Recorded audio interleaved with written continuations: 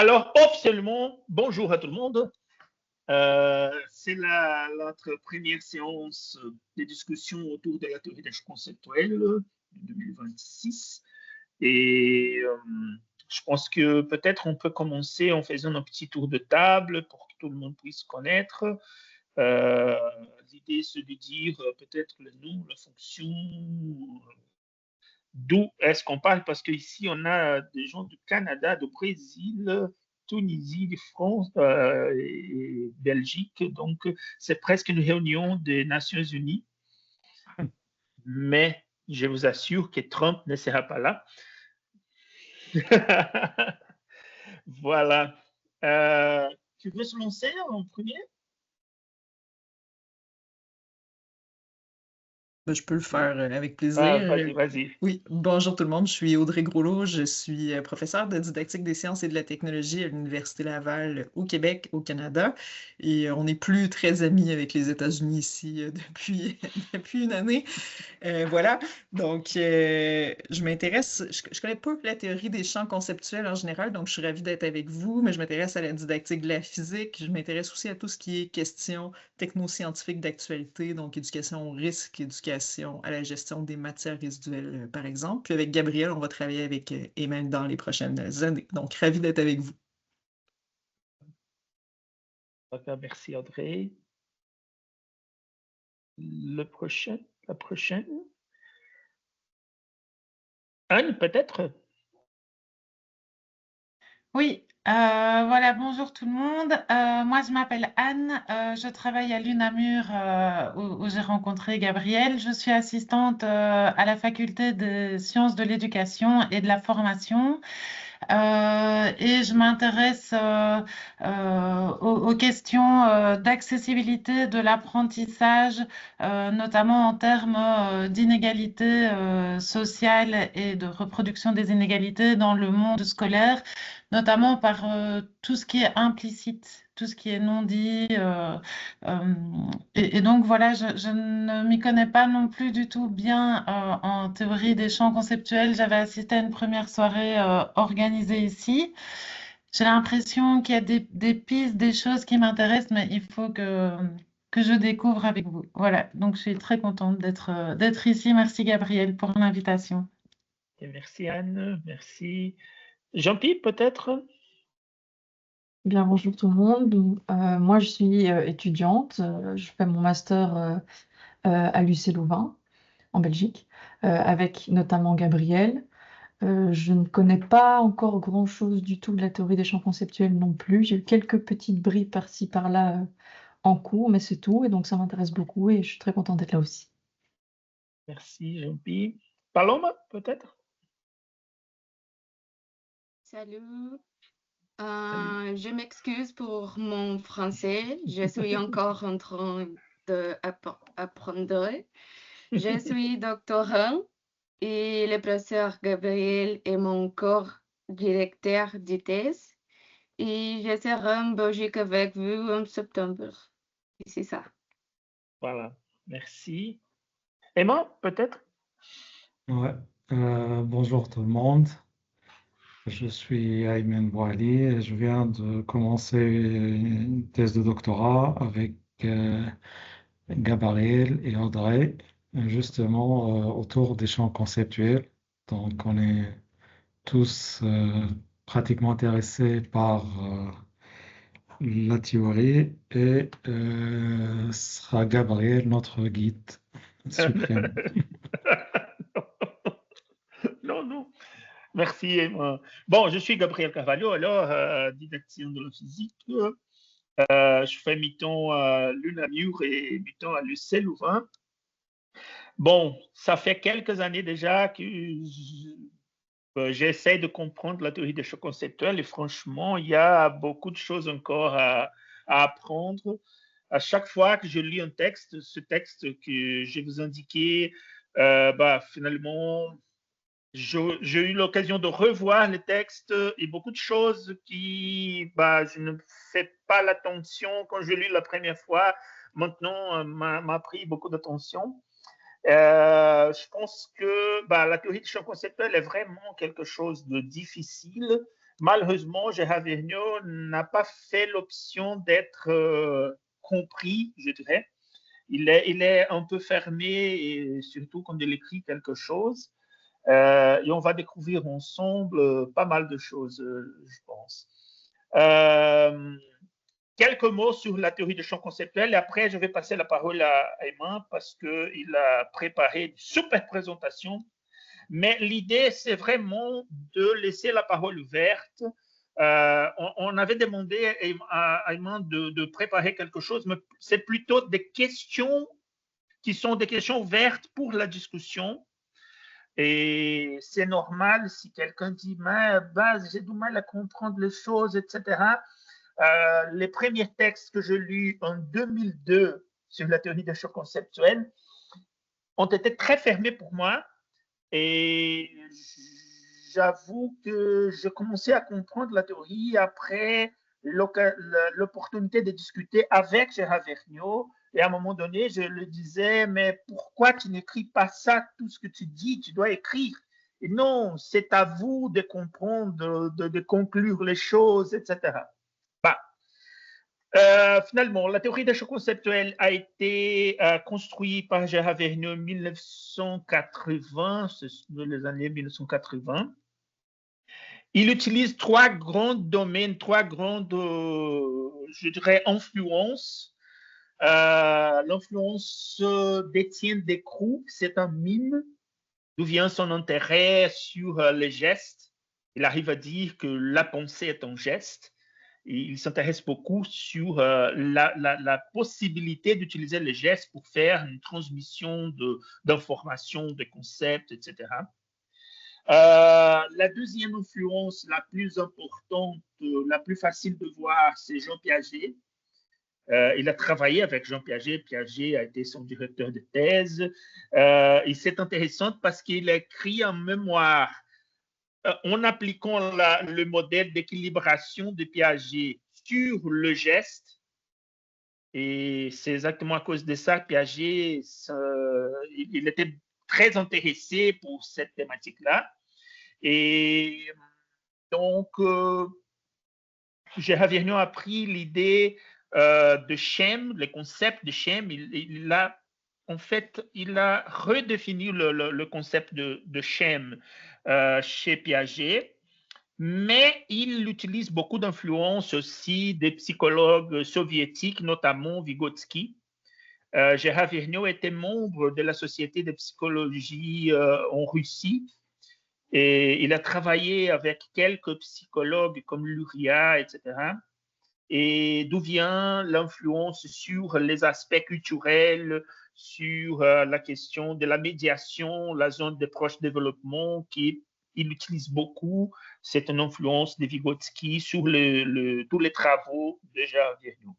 Et donc, il essaie de faire une espèce d'un mélange entre les contributions de Piaget et de Vygotsky pour construire un modèle de la conceptualisation.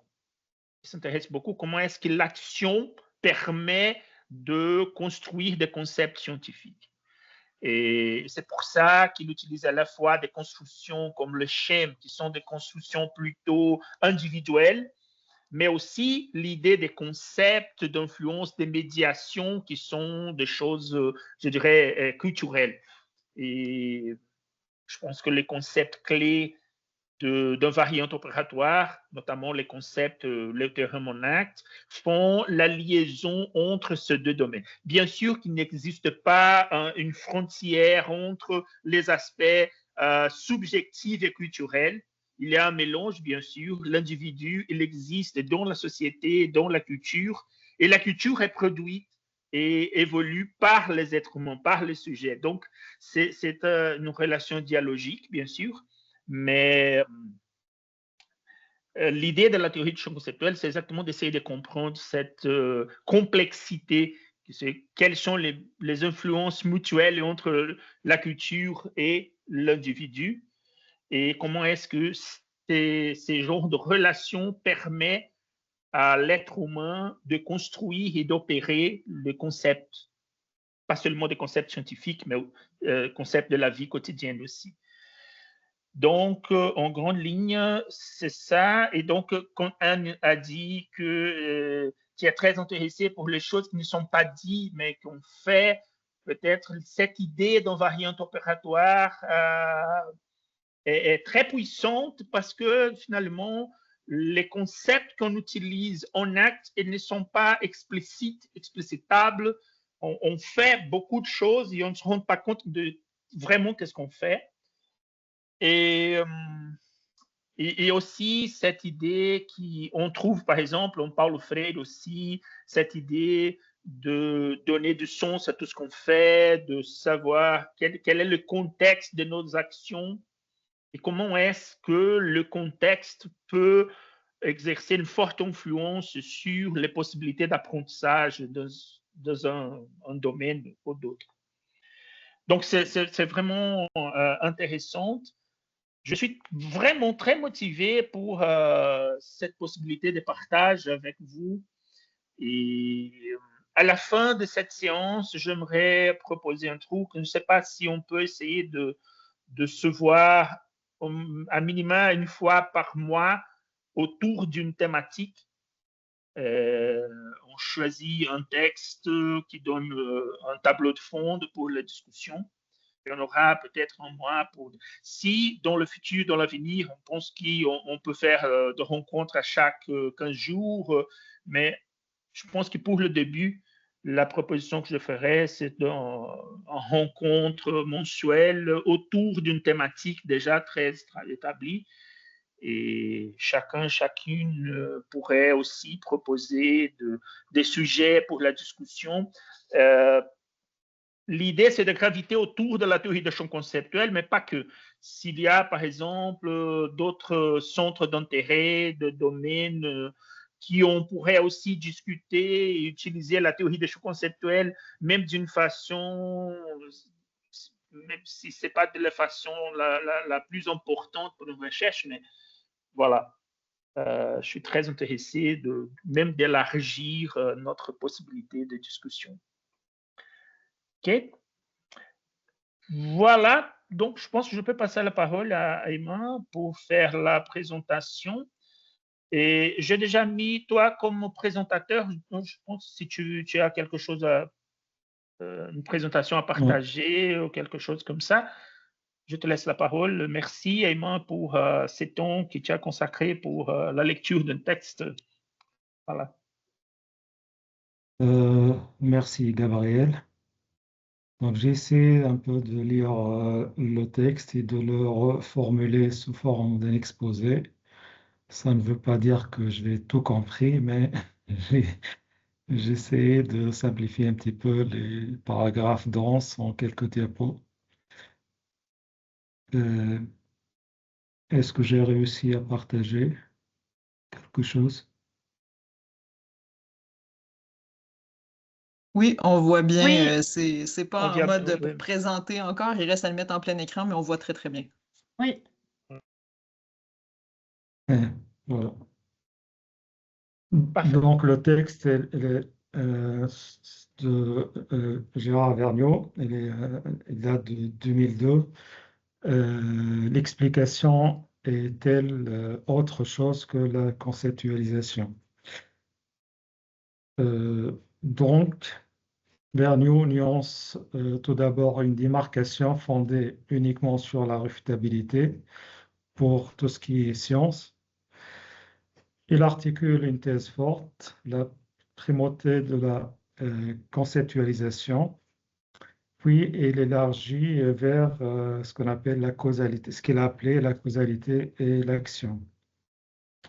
Donc tout d'abord, il commence par poser une question, science, est-ce une explication?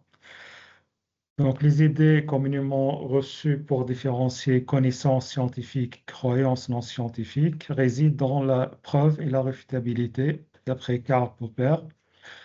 Donc, il dit que une bonne théorie doit exposer des conditions claires sous lesquelles elle pourrait être réfutée.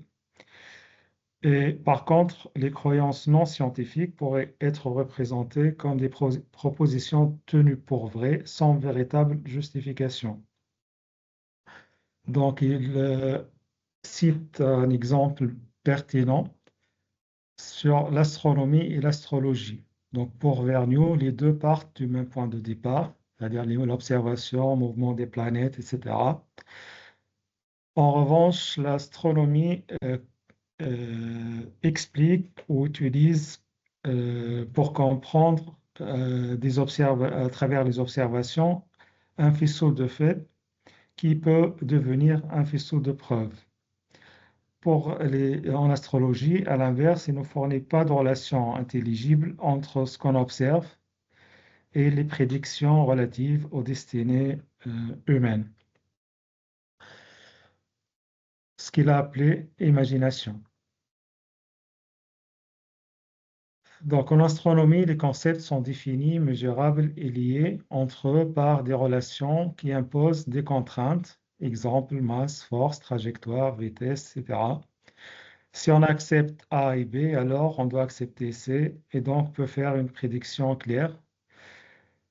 Du coup, on peut dire que si le modèle est vrai, on devrait observer X, donc le modèle peut être mis en échec. Donc, en fait, c'est la suite de la refutabilité. Pour l'astrologie, les concepts clés, bien sûr, liés aux signes, etc. Donc, elles sont vagues,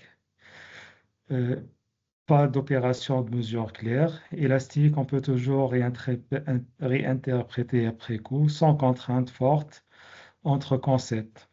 Donc, même si la prédiction rate, on peut presque toujours sauver l'explication par dire pas de test, donc pas de test décisif. C'est-à-dire, on peut dire, par exemple, cet événement n'a pas eu lieu car il y a des forces imaginaires, invisibles qui ont empêché de faire ça ou ça. Donc, il n'y a pas des explications fondées en astrologie. Donc, après, elle fait une remarque où il fait, on va dire, un point pour réflexion. Tout à l'heure, on accuse l'astrologie par l'imagination. Donc, ça peut laisser penser des esprits, dans les esprits ou des esprits mal, comment dirais-je, désolé pour le mot, mais de mauvaise foi, que ça pourrait mettre en question les sciences humaines puisqu'ils sont taxés d'être purement imaginaires. Donc, après, dit bien au contraire, les savants et les grands inventeurs ont une excellente imagination, comme Newton, Einstein, etc. Donc, comment on peut utiliser cette imagination, mais dans le bon sens? Donc, question de Vernon, et si le moteur du progrès scientifique était d'abord le progrès des concepts, c'est-à-dire interaction ou bien complémentarité entre les deux, donc preuve tangible et imagination, bien sûr, dans le bon sens de l'imagination. Bon, j'ai utilisé le mot réconcilier, je ne sais pas si j'ai exagéré, mais pour lui, l'idée, c'est de regrouper tout ça dans la conceptualisation. Donc, et c'est là que Vergniaud introduit la conceptualisation. Donc, pour lui, conceptualiser, c'est choisir des concepts pertinents, les définir, dire comment on les observe ou on les mesure, établir des relations nécessaires entre eux qui force des conséquences observables. Donc, le passage astrologie et astronomie sert à montrer que ce n'est pas expliquer qui suffit, mais expliquer avec un système de concepts, mais il doit être contraignant et testable. Donc, les points clés. Donc, si expliquer suppose conceptualiser, alors il faut une épistémologie qui prenne au sérieux la construction des connaissances. Vergniaud défend un constructivisme nuancé. Donc, d'un côté, la perception n'est jamais brute, elle implique déjà des opérations d'identification, des invariants et des décisions d'action, je cite. De l'autre, la science construit des objets de pensée et et des concepts souvent éloignés de la perception immédiate. Pour lui, c'est un avantage et c'est pas une chose mauvaise, on va dire. Donc, dans cette perspective, Vergniaud critique, aussi critique, j'ai hésité d'utiliser critique, Popper, ou une nuance peut-être, la réfutabilité, donc pour lui, elle est importante, mais insuffisante. Donc, il faut rendre compte des processus de conceptualisation qui rendent l'explication possible. Donc, là, le constructivisme, perception, imagination, théorie. Donc, deux idées compatibles. Donc, la perception est déjà une représentation. Donc, on dit identification d'objets, propriété, transformation, reconnaissance d'invariants malgré les changements apparents. Et la science construit des objets de perception, donc objets non, de pensée, pardon, objets non directement perceptibles, force, oxygène, gène, inconscient, etc. Donc c'est imagination plus décision sur incertitude. Donc conséquence, la réfutabilité ne suffit pas à définir la science, il faut compter avec l'invention, l'engagement et la décision cognitive. Ensuite, il donne deux exemples. Le premier exemple, donc il parle des nombres négatifs, c'est-à-dire une situation où on va apprendre en apprenant les nombres négatifs. Donc l'obstacle épistémologique, pour lui, l'étudiant, l'apprenant au début, pour lui, il est dans le style ou bien dans la compréhension incardinale, donc on ajoute et on retranche. Et donc pour se configurer et se changer d'invariant, on va dire, il doit comprendre les signes, les nombres négatifs comme étant une diminution ou une dette. Donc, ce que l'élève doit reconstruire, donc des relations, de nouvelles relations, des positions relatives, dette et créance. Donc, le nombre comme transformation, addition et soustraction sur des cas variés, pas seulement augmenter et perdre, pour pouvoir se situer dans la partie des nombres négatifs. L'exemple 2, c'est l'algébrisation de la droite. Donc là aussi, pour lui, tout ce qui est droite, ou bien distance, c'est point de départ, point d'arrivée, avec un sens positif, direct. Et là, pour les relations de chat, donc pour le premier exemple, c'est AC, donc en somme donc le segment AB et le segment BC. Pour l'autre exemple, il est obligé de regarder donc la distance, ou la distance toujours positive, mais la valeur algébrique comme étant qui pourrait être déjà dans un sens comme dans l'autre. Donc ici AB, c'est AC dans l'autre sens, moins BC, donc et ici CB. Donc il devrait changer de référentiel, de penser à des distances comme au segment comme des additions de quelque chose de positif, à une algébrisation, là où on peut trouver des différences entre des points, pour ne pas dire des distances. Bon, car quand on enseigne, il y a toujours on dit que les distances sont quelque chose de positif, mais là, des différences algébriques pourraient être autant positives que négatives. Donc, dans les deux cas, la relation doit rester vraie, quelle que soit la configuration. Donc, la décision cognitive et le temps de la conceptualisation. Ce que l'explication ne garantit pas pour Vergniaud. Donc, le maître peut transmettre une règle, l'élève doit changer de conception. Donc, la cohérence d'un système ne s'impose pas, elle se construit et se reconnaît.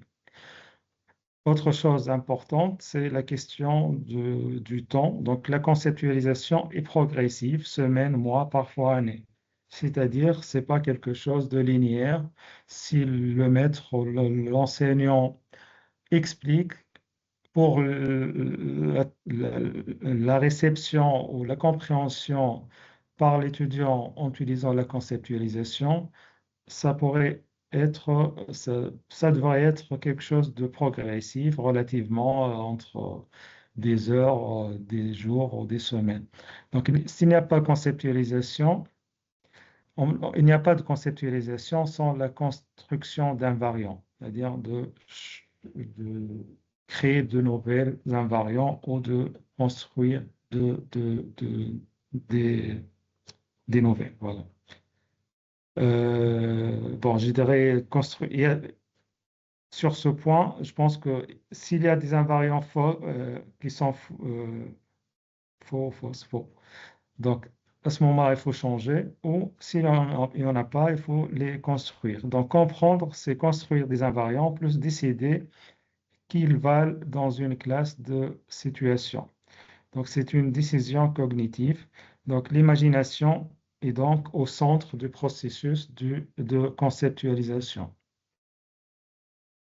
Ensuite, l'autre partie, la suite, je pense que c'est la dernière, c'est parle de la causalité. Donc, pour lui, il y a deux sens de cause. Donc, euh, une cause directe, c'est-à-dire événement-effet, donc relation événementielle, un événement antérieur, donc engendre un événement ultérieur, utile au quotidien, mais insuffisant pour des systèmes complexes. Ou ce que Vergniaud préconise, c'est l'inclusion entre classes de phénomènes, c'est-à-dire un cadre plus général explique un cas particulier. Par exemple, les chutes des corps, ça fait partie, donc c'est inclus dans l'attraction universelle. Donc, on devrait raisonner sur des systèmes théoriques, pas sur un seul événement. Donc, la tentation cause unique masque souvent la multiplicité des conditions. Complexité et réduction.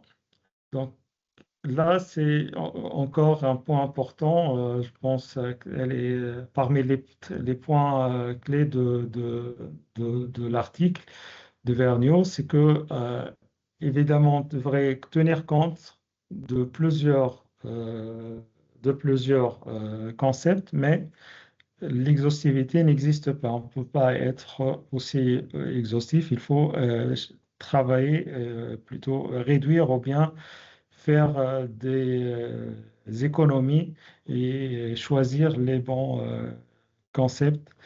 Donc, il y a une résistance indéfinie du réel, donc toujours plus de variables possibles, interaction, contexte et décision sous incertitude. Il faut agir, choisir et interpréter sans tout savoir. Donc, implication pour la recherche, donc réduire est inévitable. On doit sélectionner des déterminants, parfois inconsciemment. Éviter l'usine à gaz. L'exhaustivité ne débouche pas forcément sur du praticable. Donc, il faut chercher un équilibre, assez de distinctions pour expliquer, pas au point de noyer l'action. Donc, l'action et conceptualisation, ce qu'on appelle le schème. Vergniaud mobilise le concept de schème, organisation invariante de l'activité pour une classe de situation. Donc, il cite 4 composantes, but, sous-but, anticipation, d'après l'article, règles d'action, de prise d'information et de contrôle, invariable opératoire et inférence, calcul en situation. Donc, si l'action repose sur la conceptualisation, alors la conceptualisation partage les contraintes de l'action, à savoir pertinence, économie et efficacité. Donc, la conceptualisation est pragmatique. Vergniaud assume un paradoxe. Donc, la complexité des phénomènes, donc il y a ça engendre plusieurs variables et aussi en même temps, on veut simplifier la théorie. Donc l'idée pragmatique, c'est on enrichit une conception trop schématique quand l'action l'exige, pas toujours, On distingue de nouveaux cas quand des différences deviennent pertinentes pour les sujets. Donc, l'objectif didactique, c'est de retenir des différences compréhensibles, pas une taxonomie infinie. En conclusion, Vergniaud préconise d'étudier ce que l'apprenant mobilise réellement pour agir et raisonner, pas uniquement son discours, évaluer l'apprentissage par la construction d'invariants et le transfert,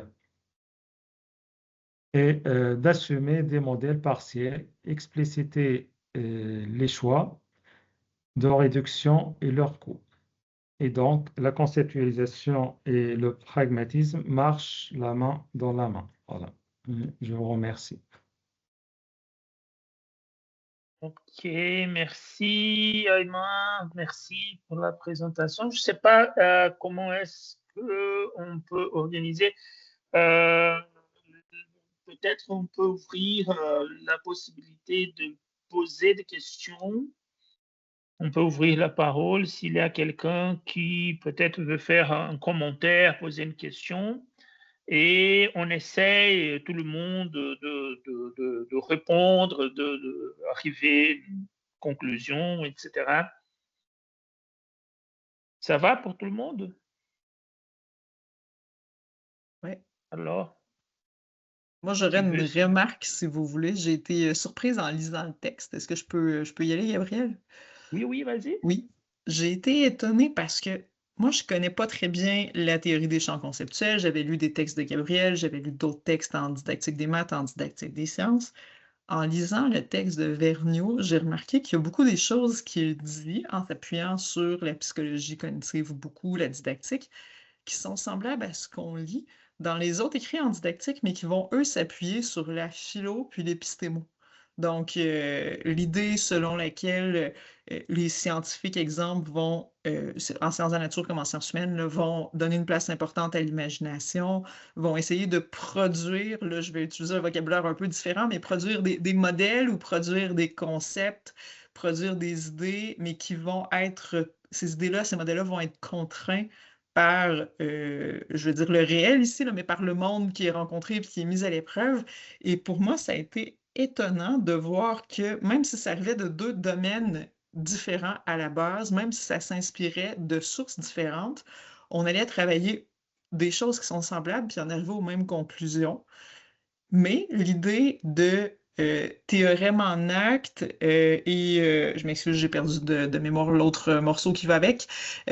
Ils sont Les concepts en idées-là, acte. les concepts en acte et les théorèmes en acte, ça, à ma connaissance, c'est pas travaillé du côté de la didactique qui touche à la philo. Ça me semble vraiment être une contribution originale, alors que le volet de se servir de l'imagination, produire des concepts ou des modèles qui sont contraints par ce qu'on rencontre dans le monde, tout ça, ça, j'avais déjà entendu. Donc, j'ai trouvé ça intéressant. C'est une remarque.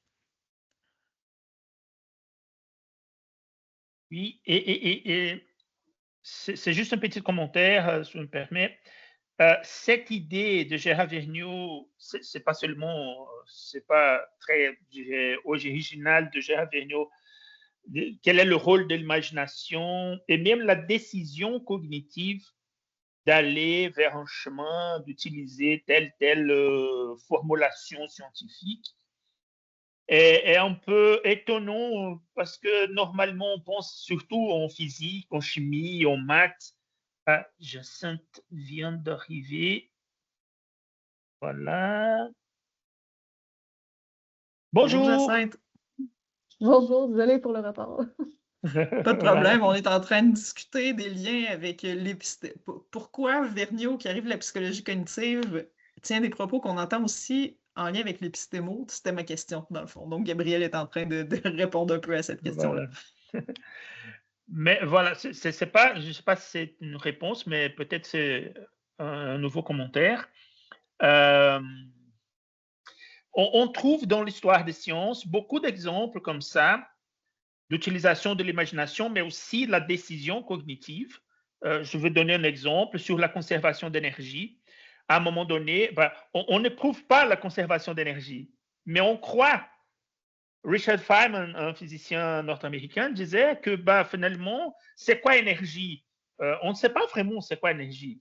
On ne connaît pas du tout sa nature, mais on sait qu'il y a une conservation. Et on croit à la conservation d'énergie. C'est presque une profession de foi pour nous, physiciens. Et on croit, et c'est étonnant parce que si à un moment donné, par exemple, quand on fait des réactions nucléaires, apparemment, on a une quantité d'énergie à la fin du processus qui n'était pas au début, ça serait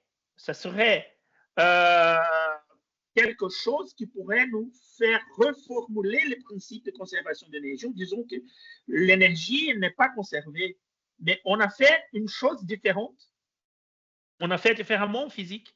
On croit à la conservation d'énergie de tel point qu'on a redéfini le concept d'énergie pour que le principe de conservation d'énergie soit valable encore. Et donc, même pour les sciences qu'on dit les sciences exactes, il y a une partie d'une décision cognitive, une décision qui nous fait avancer dans un certain moment, dans une certaine théorie. Et je pense que Gérald Vergnaud essaie de dire, c'est exactement ce genre de choses. Qu'il y a, on ne peut pas expliquer le phénomène de la cognition humaine, la conceptualisation notamment, si en utilisant seulement la psychologie cognitive.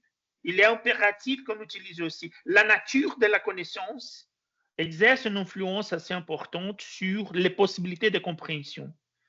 Et Ayman, tu voulais dire quelque chose? Oui. En fait, justement, dans l'article, Vergnaud fait une différence qui me paraît un petit peu projetée sur la différence entre chercheurs et savants.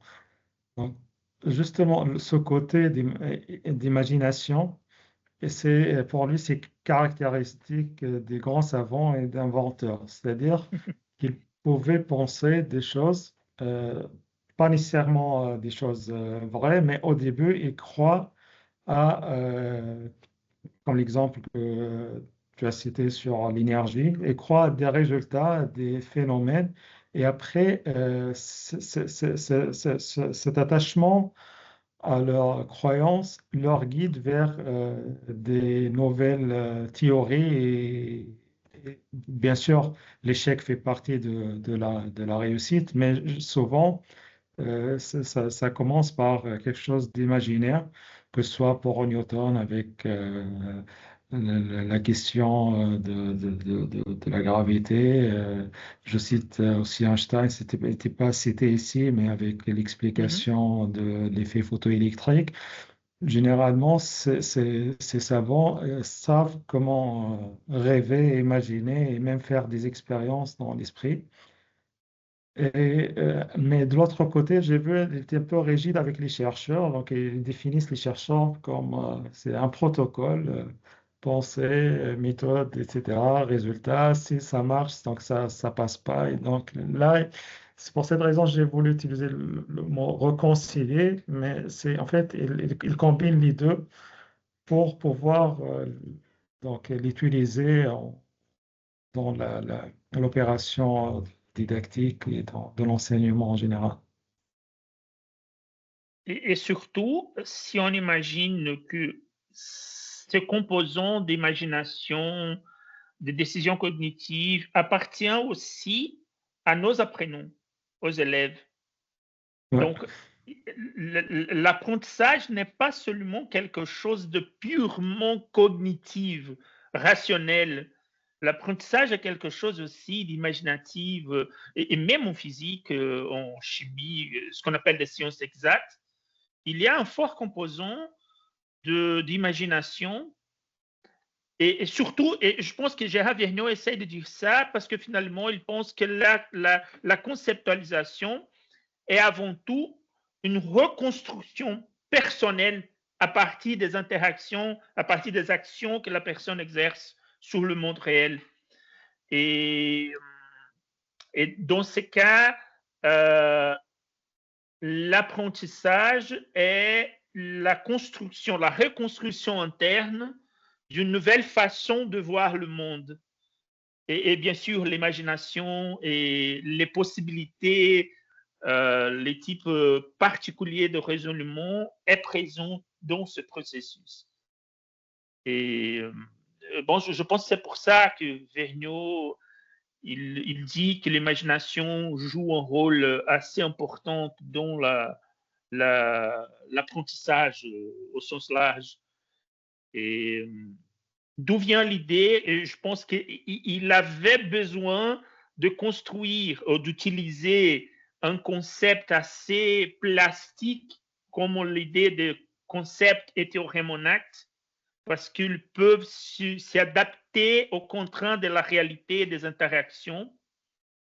Et ces éléments, les invariantes opératoires en général, comme ils sont assez plastiques, ils peuvent s'adapter à tous les types de situations différentes.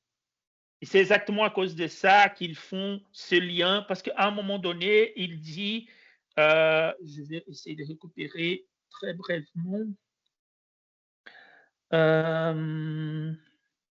c'est où? Ben, à un moment donné du texte, il dit que on a besoin de faire une petite liaison entre des aspects subjectifs et des aspects externes au sujet pour que la cognition soit possible. Et le lien entre ces deux grands domaines, ce sont exactement les invariantes opératoires. D'où vient, à mon avis, l'importance, si on utilise la théorie des champs conceptuels, d'essayer d'identifier dans l'action d'une personne, de proposer des situations, des tâches, des défis où la personne doit utiliser son système cognitif, ses croyances pour proposer une solution. Et nous, en tant que chercheurs, si on suit la résolution ou la proposition, les essais, les erreurs d'une personne qui essaie de résoudre une situation, on peut faire une inférence. Quelles sont les invariantes opératoires utilisées? Et à partir de ces invariantes opératoires, on peut avoir une idée de quels sont les concepts qui sont utilisés et quelles sont les modifications dans le système cognitif. Et la porte d'entrée, à mon avis, de la théorie des champs conceptuels, de la conceptualisation chez Vergniaud, c'est exactement cette identification.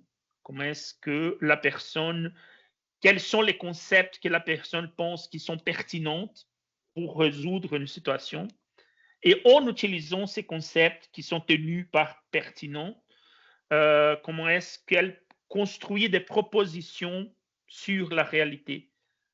Et donc, c'est plus ou moins ça, mais je pense que j'ai beaucoup parlé. Donc, je vais laisser ouvert. D'autres.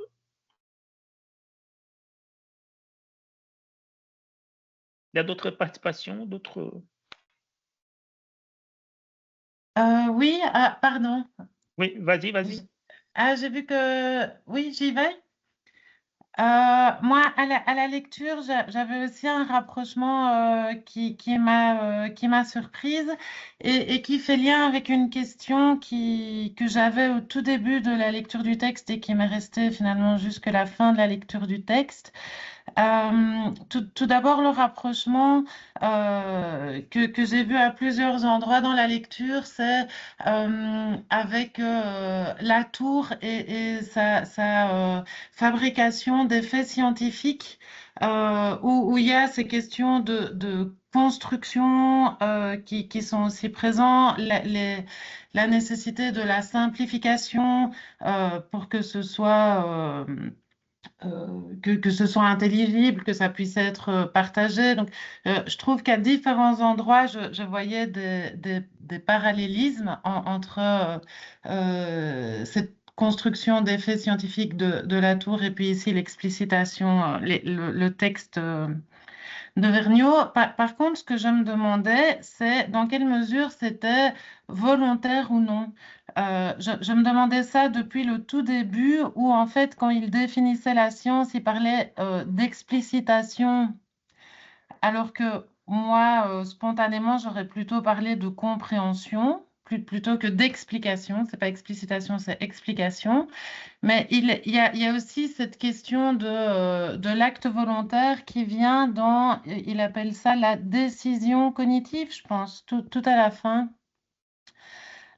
Comme si l'élève, à un moment, choisissait de comprendre. Voilà, c'est bien d'une décision cognitive qu'il choisit. Et du coup, je me demandais à partir de quand c'était vraiment une décision volontaire et consciente, comme c'est le cas justement dans la construction des faits scientifiques, où pour la tour, il y a vraiment un processus de négociation avec des arguments conscients, avec des choix conscients qui sont posés. Et par contre, ici, dans le texte, je ne voyais pas d'où venait ce choix conscient et je ne le vois pas non plus quand il est question d'apprentissage. À partir de quel moment un enfant choisit consciemment de changer son cadre de compréhension pour aller vers un nouveau cadre qui permet d'intégrer les nouveautés dans l'apprentissage. Et donc, voilà, c'était ma question. Dans quelle mesure est-ce que cette décision est une décision ou est subir? OK. C'est une très bonne question, vraiment. Parce que pour la construction de Vergniaud, on a un couple important qui c'est le schème et les situations. C'est une relation dialogique, dialectique peut-être, entre les situations qui donnent du sens au concept. Sans situation, il n'y a pas de concept, selon Vergniaud. Un concept, il est conçu comme tel dans la mesure où il peut être utile pour la résolution de toute une série de situations.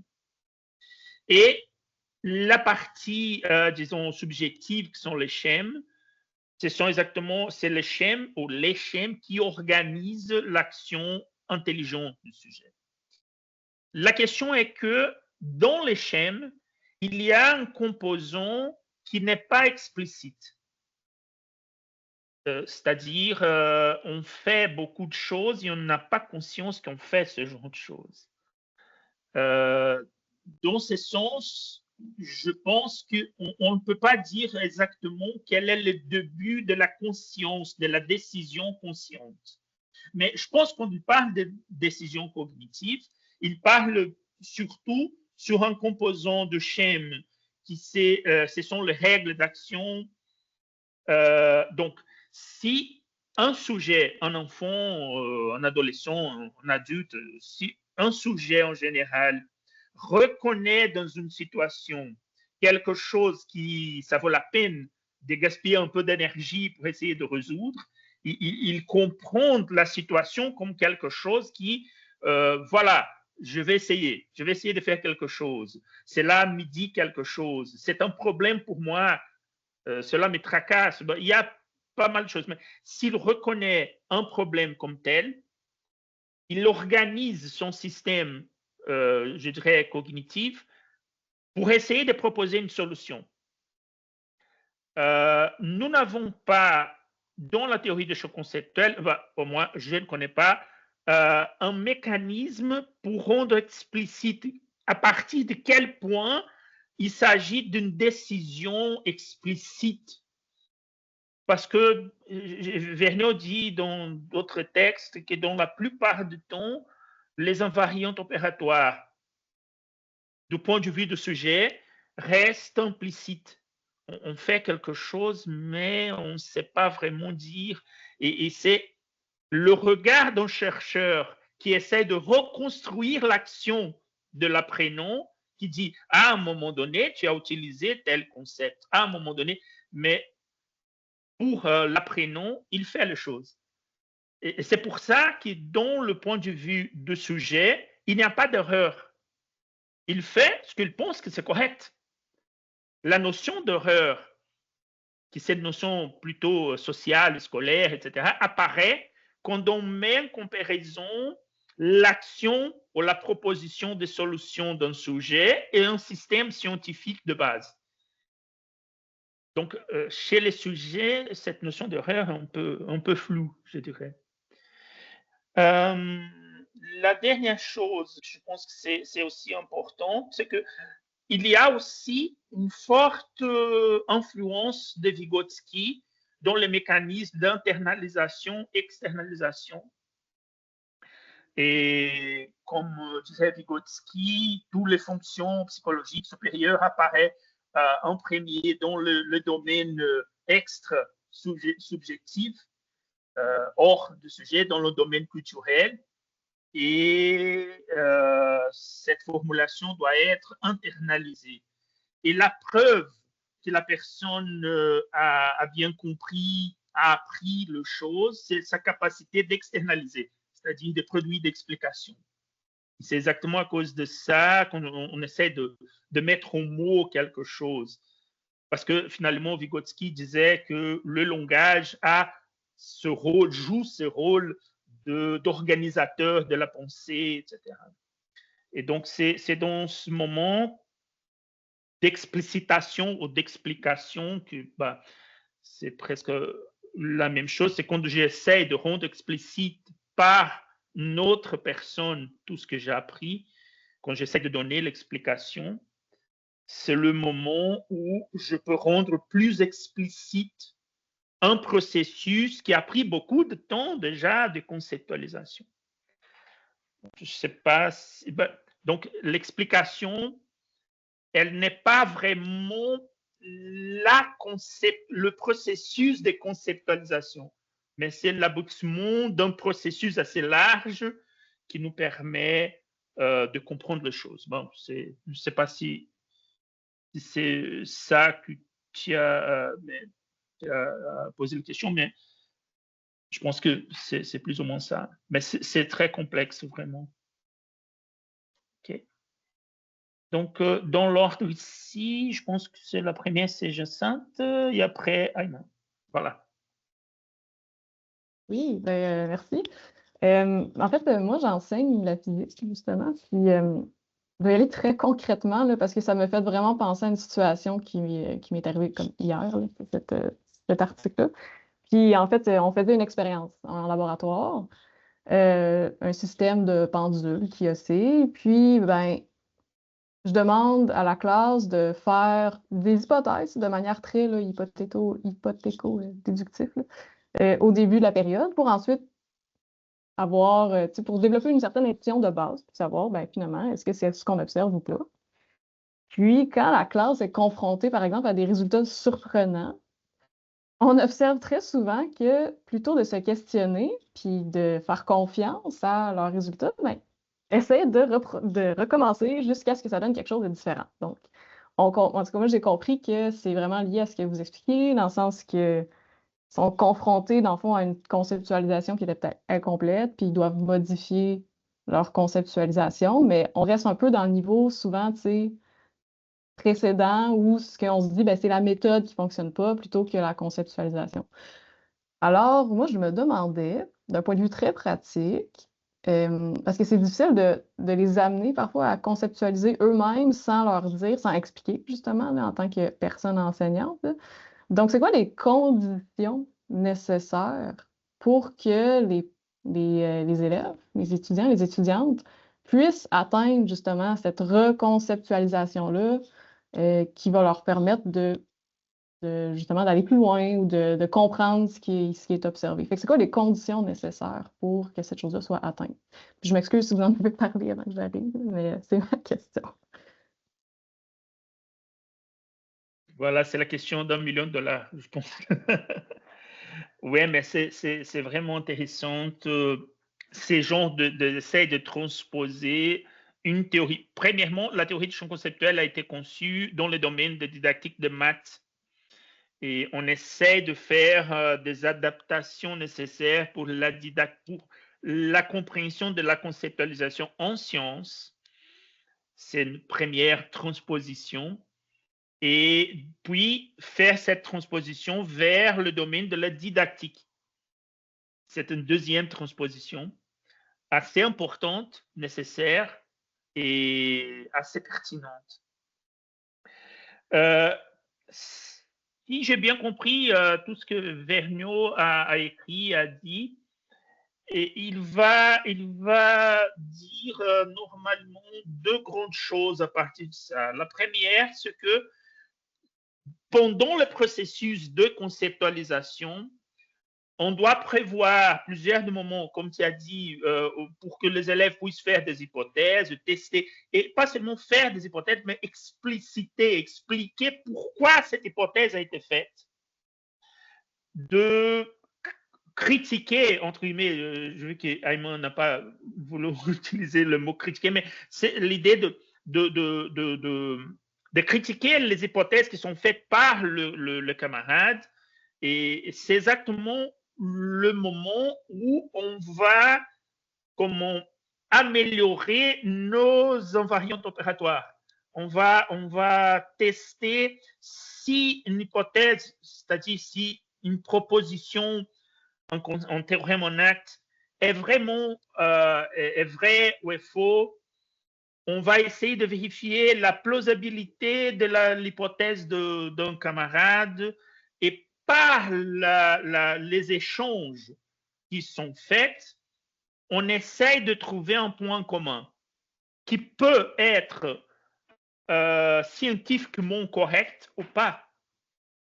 S'il y a un consensus entre la classe, rien n'empêche que ce consensus était erroné. Voilà. Mais ce processus est important et selon Vergniaud est essentiel parce que c'est un moment de partage de tests, de hypothèses, etc.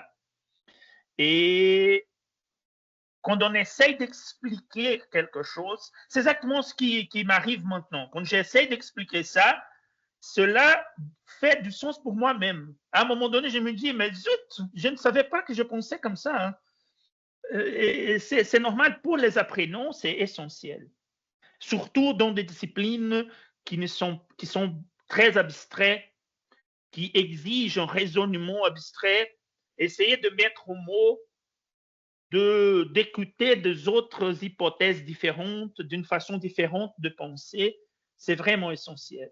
C'est peut-être une méthodologie didactique qu'on utilise beaucoup en sciences humaines, le débat, le positionnement, et qui c'est aussi essentiel en physique. J'ai dit en physique, c'est mon métier, mais en sciences qu'on dit naturelles. Donc, c'est un point assez important.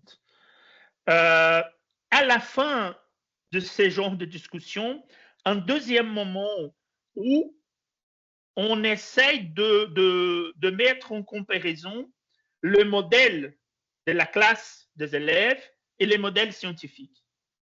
Et quand on essaye de montrer dans quelle mesure la conclusion qui vous est arrivée est la même conclusion que la science croit que c'est l'explication correcte. Donc, vous voyez que dans un premier temps, on a une relation plus linéaire dans le même niveau élève-élève. Et à partir d'un certain moment, on introduit la vision de la science. Donc, c'est un niveau différent parce que la connaissance scientifique est résultat d'une évolution de plusieurs gens qui utilisent, qui partagent. Donc, ces deux moments sont essentiels. Une mise en commun et un regard à partir d'une connaissance scientifique. Et ce sont des deux, disons, techniques, approches didactiques qui sont essentielles et qui arrivent à la fin de ce processus à une construction beaucoup plus approfondie. Mais, comme tu as dit, c'est pour la pendule simple. Je fais une fois une activité comme ça, une activité de laboratoire traditionnelle. On fait la mesure, on fait varier la longueur, on mesure le temps, on fait des tableaux, de graphiques, etc. Et bien sûr, quand on fait ça, quand on fait un graphique, on a une collection de points qui n'est pas exactement la courbe.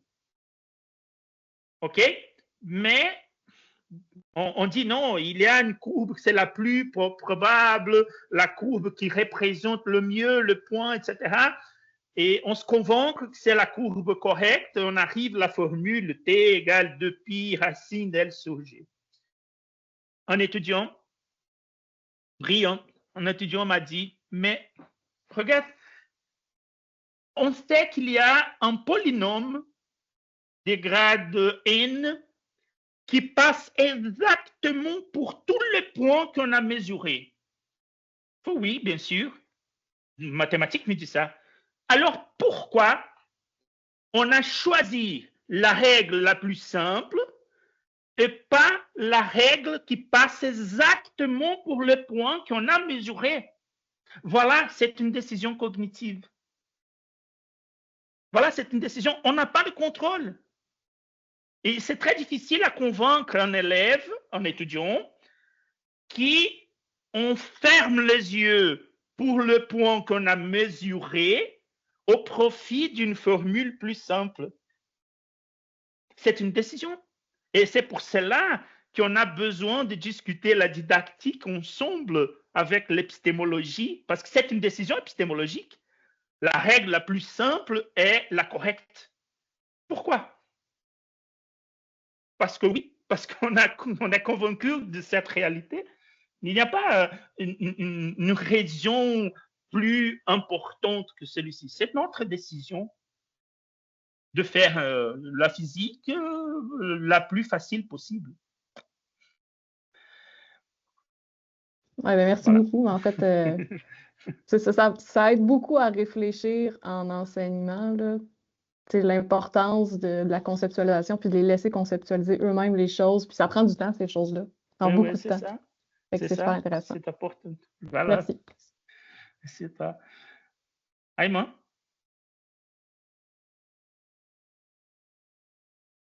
On t'entend pas. Ton micro est fermé. Ouais. Ouais. Donc, merci. Je voudrais rebondir sur la question d'Anne tout à l'heure sur la décision cognitive. Elle vient d'où? Moi, je pose la question, est-ce que c'est pas une décision cognitive encadrée? C'est-à-dire, au début, on pose, bon, je prends par exemple notre rencontre autour de des champs, théorie des champs conceptuels, et pour nous, on est convaincus, Gabriel déjà nous a convaincus de l'importance etc. Et donc, chacun d'entre nous, bon, je parle y compris moi, donc on a mobilisé tout le concept possible pour essayer de chacun, à travers ses expériences, que ce soit en classe ou à travers les lectures, la recherche, pour, pour prendre des décisions cognitives. Finalement, ce n'est pas une décision très libre, finalement, mais il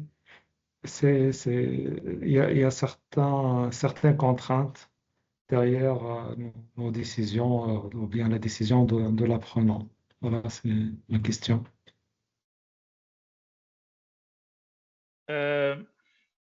On dit souvent que dans le capitalisme, la seule décision qu'on a, c'est quelle est la couleur de l'emballage de papier cadeau qu'on va utiliser.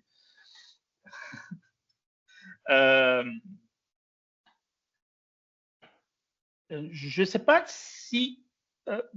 parce que quand on parle sur la décision cognitive, ce n'est pas une décision de tu fais tout ce que tu veux, mais tu fais ce que la situation t'oblige à faire. Et reconnaître quelle est l'obligation de faire, c'est une décision cognitive. C'est pas un livre arbitre, tu fais tout ce que tu veux, etc. Le schème comporte une partie qui ce sont les règles d'action et la reconnaissance de buts, sous-buts, les mécanismes de contrôle. Et donc, quand on parle de la décision cognitive, d'après ce que je comprends, c'est une manière d'organiser. Qu'est-ce qu'elle est attendue? Qu'est-ce que je dois faire? Et cela peut être, je veux étudier la théorie des champs conceptuels parce que finalement, je veux faire un doctorat et Gabriel m'a dit que si ce n'est pas la théorie de champ conceptuel, il n'y a pas de doctorat. Donc, mais c'est une décision cognitive. C'est une décision parce que finalement, tu peux dire non, si c'est comme ça, bah, ce n'est pas pour moi. Tu vois? Donc, ce que je veux dire, c'est que la décision n'est pas faire tout ce que tu veux, mais de reconnaître dans l'action, dans la tâche, dans la situation, quelles sont les possibilités d'action. Et les possibilités d'action peuvent être des possibilités, ce que la société me permet, ce que les lois de la physique me permettent pour résoudre un problème.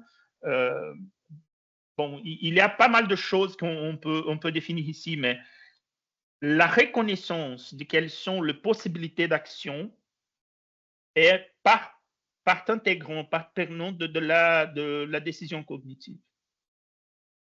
Ce sont comment reconnaître les règles du jeu.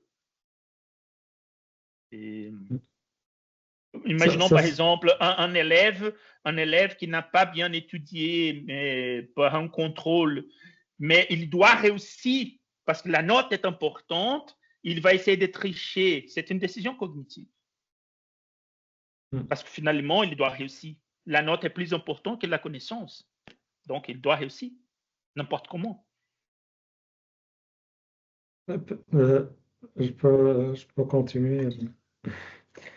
Donc, en fait, est-ce que ce serait pas, par exemple, moi j'ai fait un petit peu par curiosité et par aussi obligation, j'ai vu un petit peu comment ça se passe pour tout ce qui est génératif sur la base, comment ils programment les ingénieurs. Mais ce qu'on les appelle réseau de neurones, en fait, il y a des allers-retours. En fait, les décisions, en fait, c'est pas une suite de décisions entre apprenant et maître ou enseignant.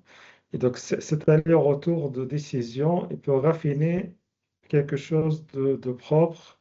C'est-à-dire, c'est vrai, on peut donner le droit à l'apprenant de penser entre guillemets librement, mais en interaction, donc cet aller-retour avec l'enseignant peut finir par, ça peut mener à une décision cognitive correcte ou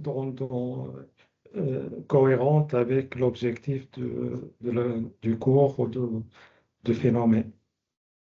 Qu'est-ce qu'on peut aussi dire que ça devrait être quelque chose d'aller-retour. La décision, ce n'est pas une décision, des décisions cognitives.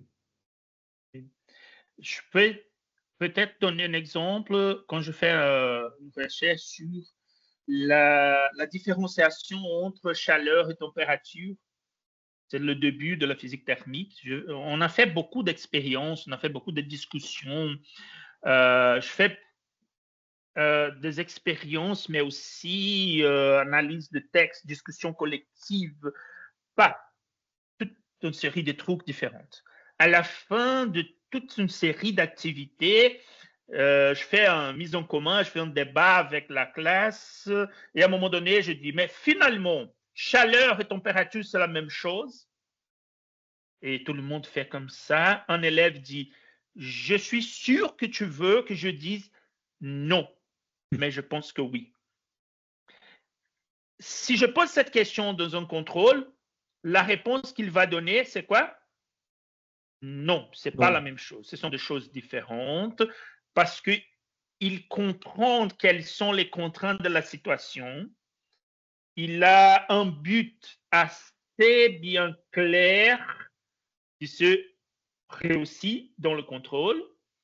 Il prend une décision de dire non, même si à l'interne, il y a quelque chose qui dit oui, oui, c'est la même chose, oui. Donc, je pense que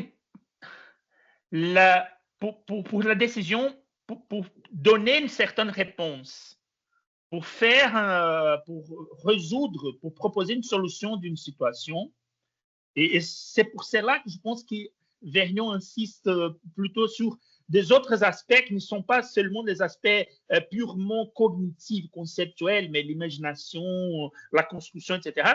C'est parce qu'à un moment donné, la décision qu'on prend, il y a plusieurs des paramètres différents dans l'école, hors l'école, qui nous fait suivre un chemin ou l'autre. Voilà, Anne.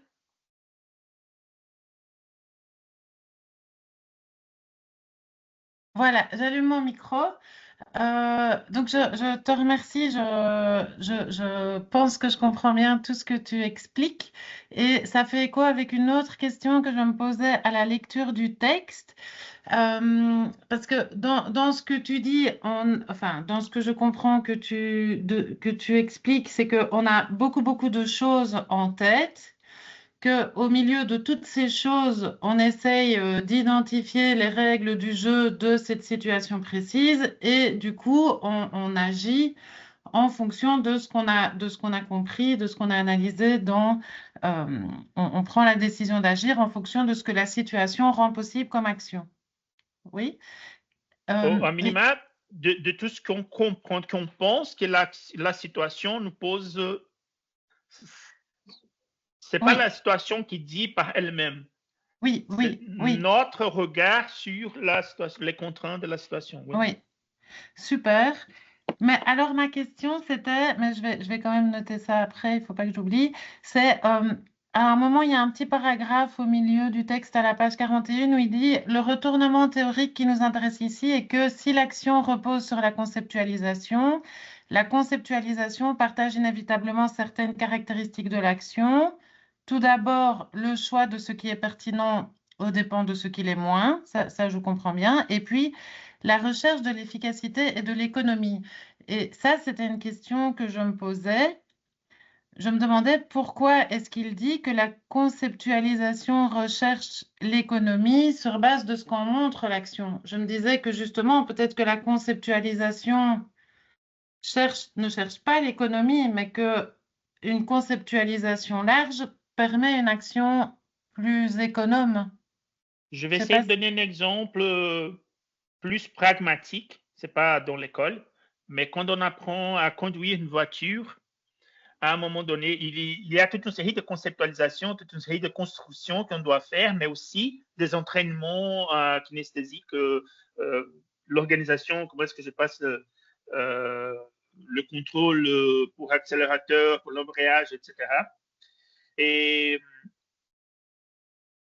quand on commence à apprendre à conduire, il y a toute une série de choses qu'on doit faire, on doit réfléchir, on perd beaucoup de temps jusqu'au moment où on commence à automatiser les actions. Et c'est une question d'économie. Parce qu'on ne doit pas penser, on fait les choses. C'est une situation d'économie. On économise énergie, on économise un flux de pensée si on autonomise les comportements.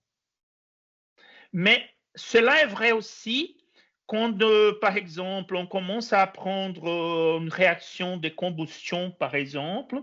On doit réfléchir, la combustion, c'est une réaction entre un carburant, l'oxygène, qui produit une quantité d'énergie et aussi de l'eau, etc., etc., etc.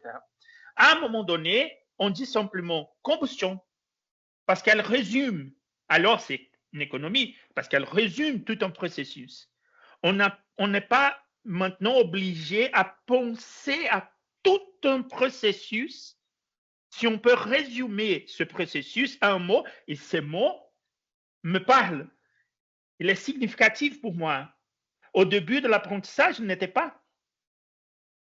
Et quand je parle, par exemple, de force, d'énergie, de plus-value, si je commence à étudier la sociologie du travail, c'est quoi la plus-value? Bon, c'est une relation où il y a une exploitation, je suis obligé à penser à toutes les définitions, à toutes les relations.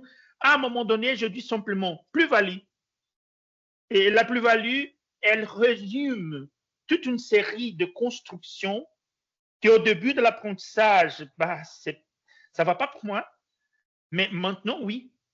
Donc, dans ce sens, l'apprentissage, elle cherche aussi, la conceptualisation cherche aussi à l'économie de mots, de flux de pensée, d'énergie, de système cognitif, mais aussi pour questions psychomotrices, si je suis adapté, si je autonomise certains types de comportements, cela est quelque chose qui me permet de faire d'autres choses.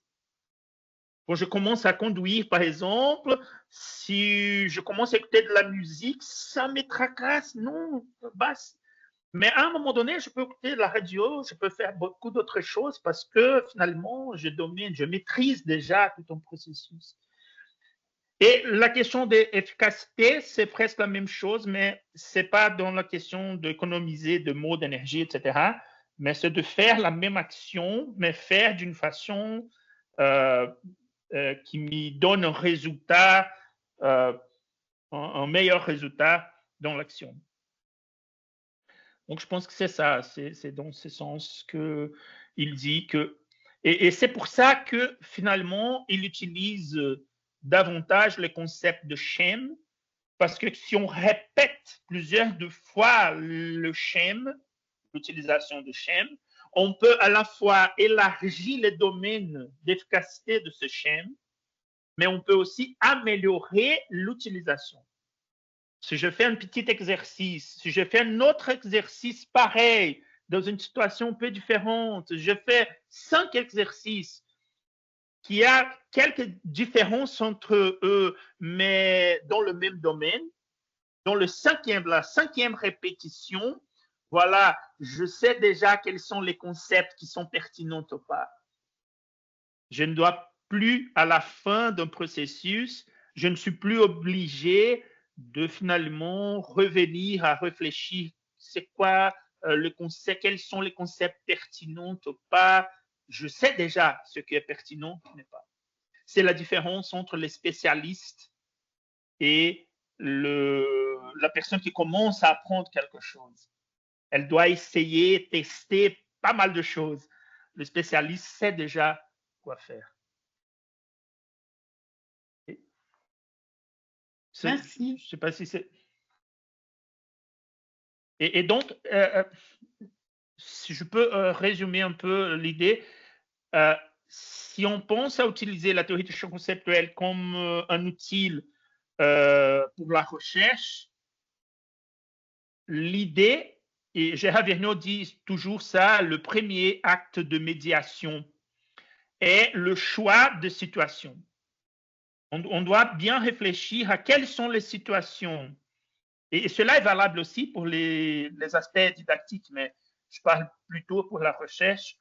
Le choix de quelles sont les situations qui peuvent être identifiées par les apprenants, par les sujets de la recherche, comme une vraie situation, comme une tâche, un problème, un défi. Et c'est quelque chose qui parle au système cognitif d'une personne, et la personne prend la décision, bah voilà, il y a quelque chose, il y a ici un problème, il y a ici une question, et je dois vraiment utiliser mon énergie pour essayer de proposer une solution. Et c'est exactement à partir du moment où la personne prend la décision de faire, et pas seulement de faire plus ou moins, laisse tomber, non. Si la situation vraiment touche l'apprenant, il va dire, bah, finalement, c'est quelque chose d'intéressant, c'est quelque chose qui m'intéresse. Je vais essayer de proposer une solution, je vais essayer de modéliser, de créer des hypothèses, de discuter avec mes camarades, etc. Et c'est à partir de ce moment qu'en tant que chercheur, on peut essayer d'analyser les prises de parole, les gestes, les choses qu'ils écrivent, qu'ils discutent, etc., pour reconstruire quels sont les concepts utilisés en action, quels sont les théorèmes, et suivre l'évolution temporelle de formulation personnelle. C'est finalement le processus de conceptualisation selon Gérard Vergniaud.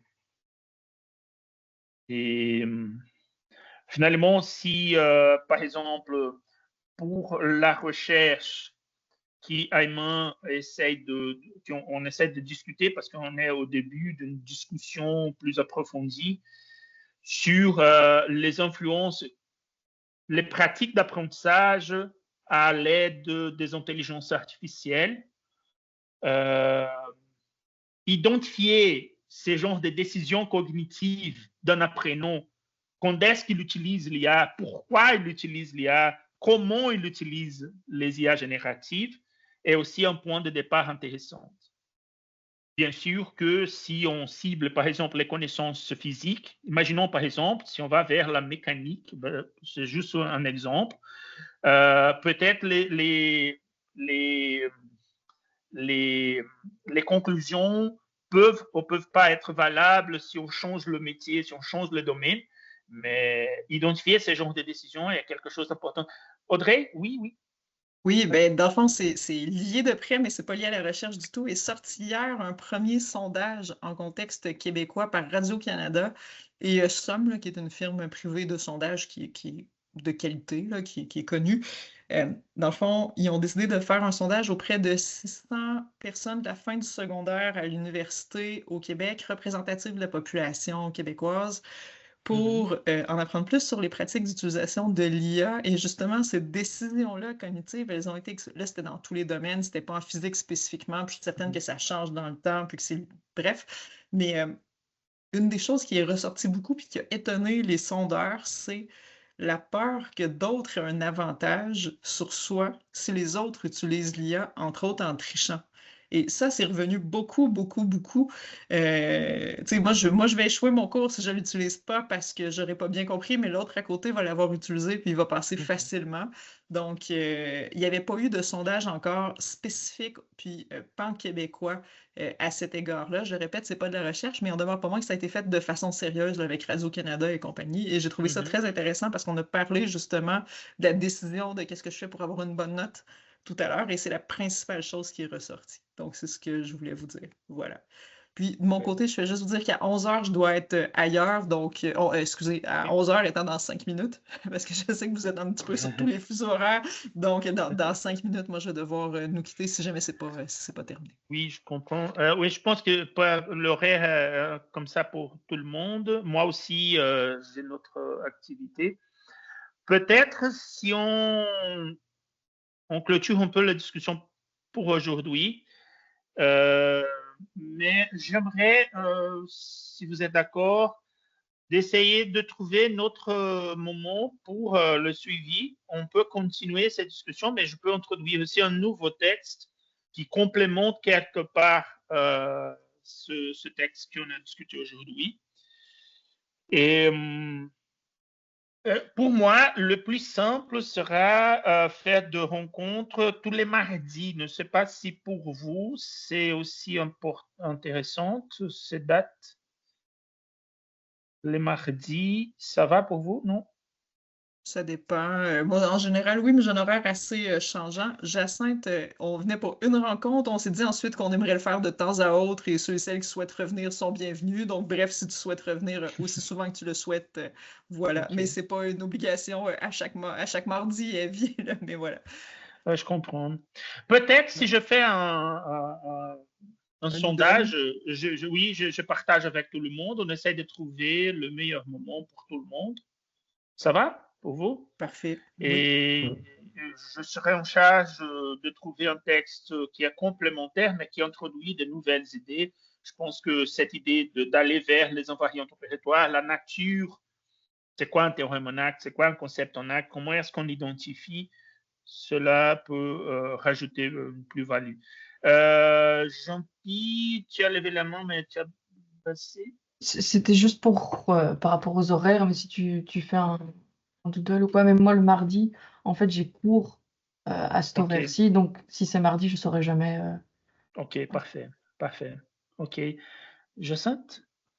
Oui, mais en fait, c'est pour Eamon puis Audrey, là, en parlant de sondage, on en a fait un à notre cégep sur tous les étudiants du cégep sur l'utilisation de l'IA. Si ça peut vous servir, je pourrais vous le partager. Oui. C'est vraiment si jamais vous le voulez. Puis en fait, je vais m'informer si j'ai le droit de le partager avant. Puis après ça, je vais vous l'envoyer. Merci. Mon micro était fermé, je m'excuse, j'allais dire, si tu as le droit, je serais curieuse, honnêtement. Ouais, ça m'intéresse. Je vais vérifier si j'ai le droit ou pas, sûr. mais je pense que oui. Voilà. Bien sûr. Oui, merci. Oui. Voilà. Je vais faire alors le doodle. Je partage avec tout le monde. On va rencontrer un horaire qui convient à tout le monde et on continue. C'est juste pour dire que c'est un grand plaisir j'aime bien pouvoir parler un peu sur la théorie du champ conceptuel. J'espère que la discussion était intéressante pour tout le monde. Et je pense que de plus qu'on avance, j'aimerais laisser la parole de rester plus sans parler et laisser la parole à tout le monde pour que chacune puisse s'exprimer et dire quelles sont les questions, quelles sont les possibilités d'application dans la recherche de chacune. Mais c'est un début et j'aimerais vous remercier pour ces temps, pour la discussion, pour les questions. C'est vraiment quelque chose pour moi assez intéressant. J'aime bien faire ce genre de choses.